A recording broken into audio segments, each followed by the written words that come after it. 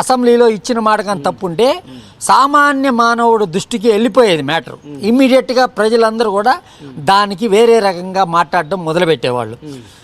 ఎప్పుడు కూడా ఇండస్ట్రీ చాలా లిమిటెడ్గా ఉంటారు, ప్రేక్షకులే ఎక్కువ ఉంటారు, సినిమా చూసేవాళ్ళే ఎక్కువ ఉంటారు. ఇండస్ట్రీ అంటే లిమిటెడ్ పీపుల్. వీళ్ళకి బెనిఫిట్ చేయాల్సినంత అవసరం అయితే లేదు రాష్ట్ర ప్రభుత్వాలకి, ఏ రాష్ట్ర ప్రభుత్వాలకైనా. ఎందుకు లేదంటే వాళ్ళు ప్యాన్ ఇండియా సినిమాలు అంటున్నారు కదా. ఓవరాల్ ఇండియా మొత్తం రిలీజ్ చేసుకుంటున్నారు సినిమాలు. ఎక్కడ దగ్గర సంపాదించుకోండి. ఇప్పుడు ఇక్కడ పుష్ప 2 ఇక్కడ రాలా, అక్కడ వచ్చేసింది నార్త్ ఇండియాలో అంటున్నారు కదా, సంపాదించుకోండి. మీరు ఆ విధంగా ఆ దశగా ఉండండి. ఇక్కడ ప్రేక్షకుడికి శక్తి అంతే. ఇక్కడ వచ్చి ఇక్కడ ఎంత సంపాదిస్తాడు నెలకి, ఎట్లేదైనా 15,000 సంపాదిస్తాడు అనుకోండి. 15,000 సంపాదించేవాడు 1,000 రూపాయలు 2,000 పెట్టి ఒక సినిమాకి ఒక టికెట్ తీసుకొని పోగలుగుతాడా? మనం ఆలోచించేది ఏంటంటే స్థితిగతులు బట్టి, ఇక్కడ పెరుగుతున్న స్థితిగతులు, వాతావరణాలు బట్టి రేట్లు ఎక్కువ ఉండడంలో, యుఎస్లో ఎక్కువ ఉంటాయి, అక్కడ ఉండడంలో తప్పులే. వేరే దగ్గర వాళ్ళకి ఇన్కమ్ ఎక్కువ ఉంటుంది. కాబట్టి ఏంటంటే వాళ్ళకి ఎవరికైనా సామాన్యుడికి హోటల్లో పనిచేసేవాడికి మన ఇండియన్ కరెన్సీలో 2 లక్షలు అట్టు వస్తుంది. పెట్రోల్ బంకులో పనిచేసేవాడికి 2 లక్షలు అట్టు వస్తుంది. వాడు ఎప్పుడన్నా వారానికి ఒకసారి సినిమా పోయేదానికి ఆడ పే చేసి చూడడంలో తప్పు లేదు, చూస్తారు, అవన్నీ ఉన్నాయి.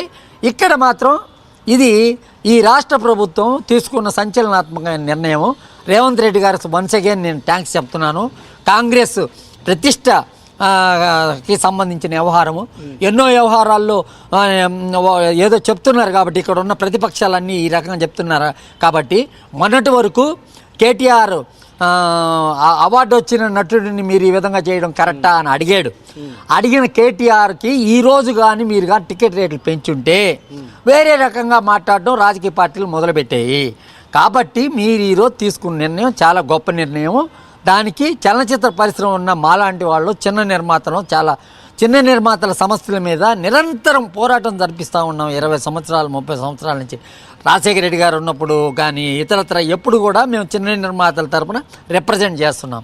ఈరోజు ధనిక వర్గం పోయారు, వాళ్ళు థియేటర్లు ఎస్సీలు, అదేవిధంగా సుమసాలు అమ్ముకునేది వాళ్ళే, లోపల అన్ని రెస్టారెంట్లు పెట్టుకునేది వాళ్ళు వెళ్ళారు.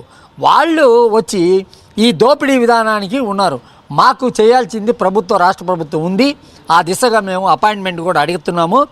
మేము వచ్చి మా చిన్న సినిమా మీరు కోరినట్టే తెలంగాణ సంస్కృతి సాంప్రదాయాలు వెలుగెత్తి చాటేలాగా నిర్మించే చిత్రాలు తీస్తాము.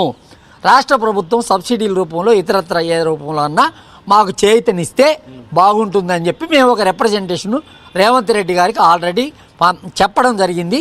ఆయన అపాయింట్మెంట్ తీసుకొని మేము ఎప్పుడు ఒక పోరాట దిశగా ఉండే వాళ్ళందరం ఖచ్చితంగా వాళ్ళని కలుస్తాము.